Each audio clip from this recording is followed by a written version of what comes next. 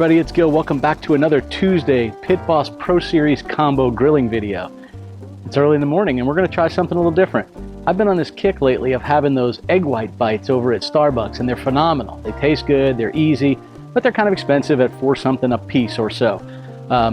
Been gaining a little weight, so I'm trying to watch that a bit. Egg whites have been a great way to do this, and I thought I'd try and make some of my own. Let me show you how easy this is. I've been playing around with it because I really wanted to have smoked egg whites. And I struggled a little bit at the beginning with how to impart some smoke flavor into the egg whites themselves, but I think I've got a technique that works really good, creates a great light, fluffy egg white bite. It's phenomenal. So let me show you the things you need for this particular recipe. Really pretty easy, not a whole lot in it. So this is all we're gonna need. Egg whites. You can either buy the liquid ones, and yes, I'm just using the great value cheap ones from Walmart. They work great. Also, you need a little bit of cottage cheese. And you need that because there is no fat in the egg whites, so we need to add just a little bit of fat to make these things work out really well. And then I'm going to do onions and peppers. I like the roasted red peppers in there, so we'll roast those up first, and then we'll just use some salt and pepper in the mix. It's handy if you have a little blender to blend this up. You don't want it a whole lot. We're not trying to make a souffle, which my first few did look like. So let's go ahead and get this started, and we'll start by sauteing the onions and peppers.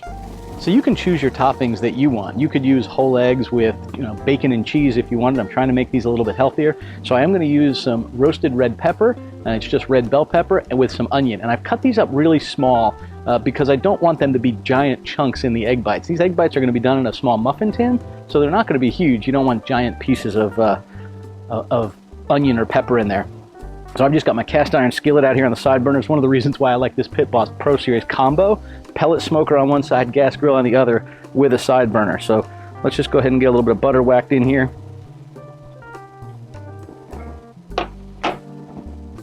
It's a little bit breezy out here this morning. I can hear the flames blowing around a bit. Now, once you're about ready to get started with sauteing your onions and peppers, it's probably time to turn on the actual smoker. I've turned this on earlier today because I've been experimenting to try sort of the best mixture recipe and method here. But you want to go ahead and do this at about 300 degrees. That's all you want to do. You definitely want to do it on the top shelf as well. And you do want a pan of water on the grill. That's going to help keep a little bit of moisture inside of the smoker. All right, our pan's nice and hot here, so it's just time to go ahead and get our onions and peppers in here.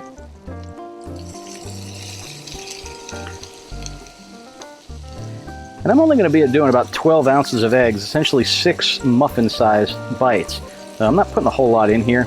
I've got the rest of these chopped up just sitting in a container in the fridge so I can use more next time I want to do something like this.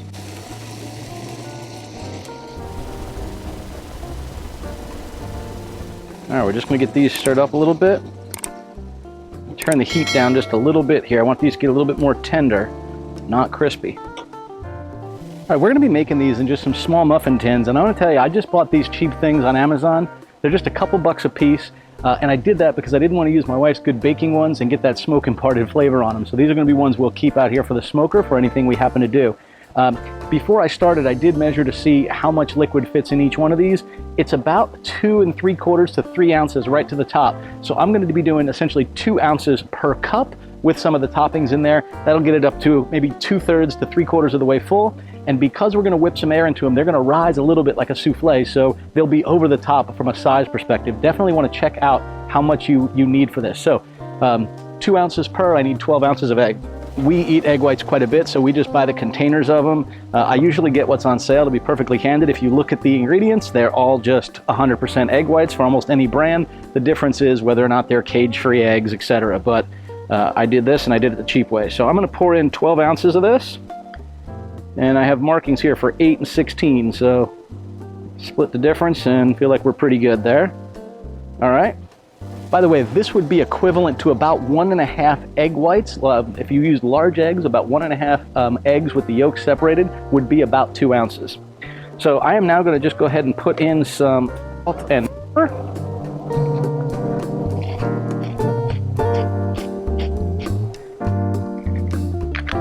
You do this to taste. You can add any kind of seasonings you want. I know some people will put in some hot sauce if they like them a little bit spicy, or you could even put in some salsa.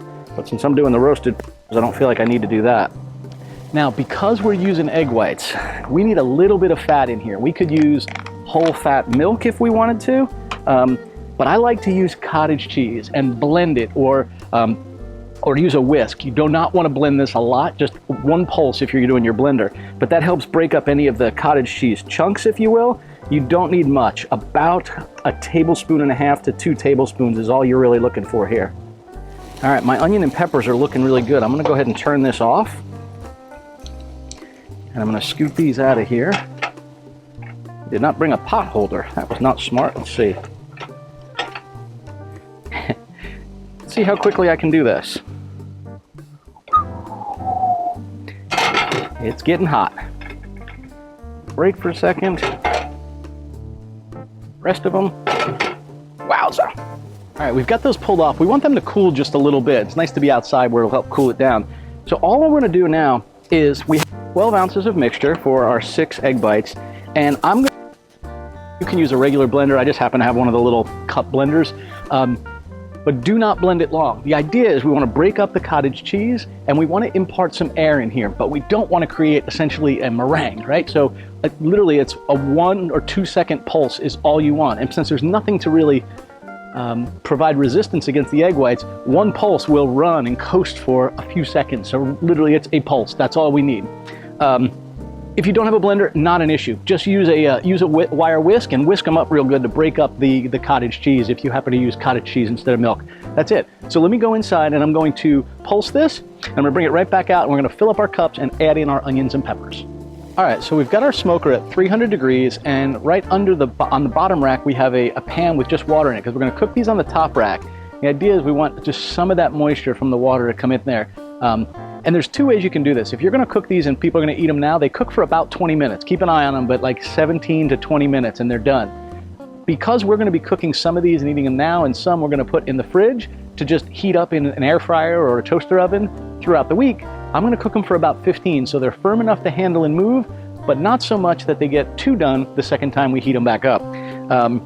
And if you ever notice when you go to Starbucks, they have that little convection oven thing, they pop them in there for a few minutes.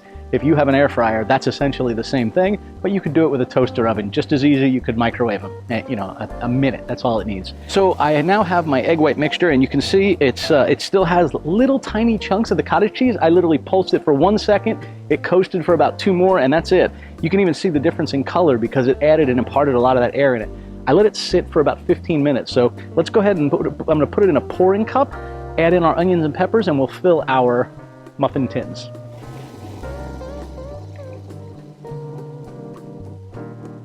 See our little bits of cottage cheese in there, that's fine. And we're gonna add in our onions and pepper mixture. And there's probably maybe a little more than 1/4 cup right there. Just give this a little bit of a swirl. I know a lot of people just add the onions and peppers into the cups, which will certainly work as well.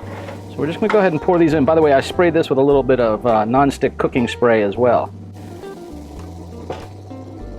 Just want to go up here to about 2/3 of the way full.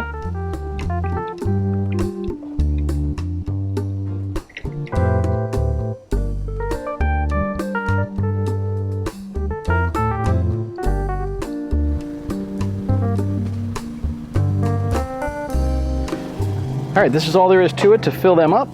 Now we're just going to go ahead and put these on the top shelf of our smoker.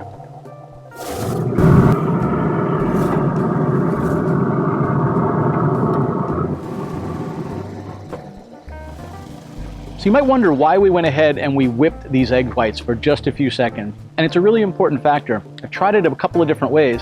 And if you don't whip them, if you essentially just pour the egg whites in, they're dense with a texture much like the white portion of a fried egg, or almost if you've ever used a ring mold and cooked an egg in a pan or like on a Blackstone griddle, when the egg white is thicker, not quite the consistency of a hard-boiled egg, but not far from it. And because it's so dense, it doesn't absorb much of the flavor from the outside. By putting the air into it, what we end up with is, in cooking it low like this at 300, we're gonna start to see this begin to rise up, and it's gonna do it a lot like a souffle. I mean, literally these things will come up over the top of the pan. And when they do, it's at that point in time that all of those little openings begin to allow that smoke to come into it. One of the things we could do that would make this even better, but I haven't figured out a way to do it, is to be able to use this on its smoke setting. If you put one of those little smoke sticks in here, you probably could impart even more smoke flavor in them. But because an egg white is such a mild and neutral flavor, it doesn't take a lot of smoke to make this work. As a matter of fact, they taste smoky after just these 15 minutes that we're gonna have them in here. So we'll show you what they look like. We'll come back in 15 and check on them. All right, so it's been right at 15 minutes for us, and I'm gonna go ahead and take these out. As I mentioned, they are, if I were eating these, actually these are about done, so just check, 15 to 20 minutes and they look good. Let's go ahead and get these pulled out of here. All right, we've got these pulled out. Let me kind of show you what these look like. I'm gonna let them cool just a little tiny bit so we can get a spatula in there and pull them right out of there. So let's go ahead and just get these rotated around in here, and we'll get them on the plate. All right, and you can see just how easy these come out. You basically just run your spatula right around the side, get it underneath, and then just flip them upside down, and they look phenomenal. All right, so we'll go ahead and give these guys a cut. You ready? Right here. All right, give them a shot. Oh! You like it? They're good. We dropped a little piece on the ground, but they're nice and light and airy. Can you taste the smoke in them?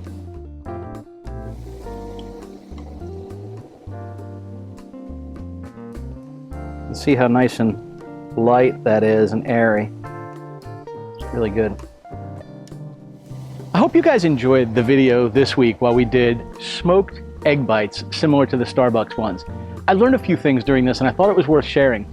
The taller you want the eggs, the lighter and fluffier, the sooner you want to put them into the smoker right after you've blended them. If you want them more like a souffle, so if you want them to rise a good inch and a half above the muffin cups and then begin to curl over as they cool like a souffle would, whip them up in a blender for about 5 to 10 seconds, pour them into your muffin tins and put them in right away. And that's gonna cause them to go really high.